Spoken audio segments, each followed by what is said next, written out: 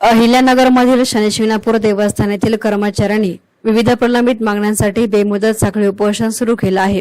उपोषणाचा तिसरा दिवस उलटला असून शिवसेना शेतकरी सेनेचे प्रदेश उपाध्यक्ष रवींद्र मोरे यांनी उपोषणकर्त्यांची भेट घेत विचारपूस केली।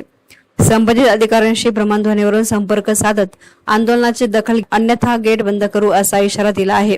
2025 दिवाळी बोनस तात्काळ देण्यात यावा, वेतन बदलातील फरक अदा करावा, वेतनातून कपात होणाऱ्या EPF, LIC आणि कामगार सोसायटीच्या रकमेचे धनादेश वेळेत द्यावेत अशी प्रमुख मागणी या प्रसंगी करण्यात आली। कपातीचे चेक उशिरा दिल्यामुळे कर्मचाऱ्यांवर वाढीव व्याजाचा भुर्दंड बसत असल्याचा आरोप आंदोलकांनी केला आहे। दर महिन्याचे वेतन 5 तारखेला अदा करावे अशी मागणी असून सर्व मागण्या मान्य होईपर्यंत उपोषण सुरू ठेवण्याचा आणि आंदोलन अधिक तीव्र करण्याचा इशारा कर्मचाऱ्यांनी दिला आहे।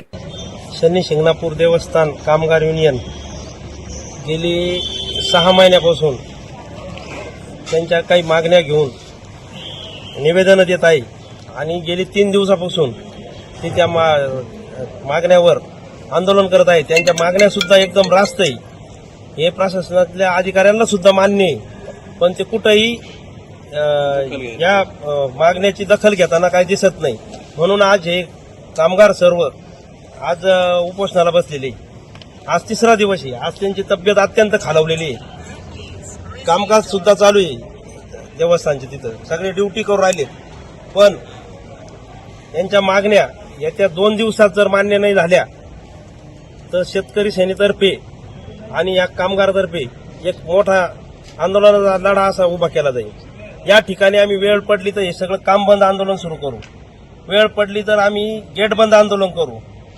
ह्या प्रशासनाला आमची विनंती आहे, 2 दिवसात या आमच्या मागण्या मान्य करा, अन्यथा तीव्र आंदोलनाला आम्ही सामोरं गेल्याशिवाय राहणार नाही।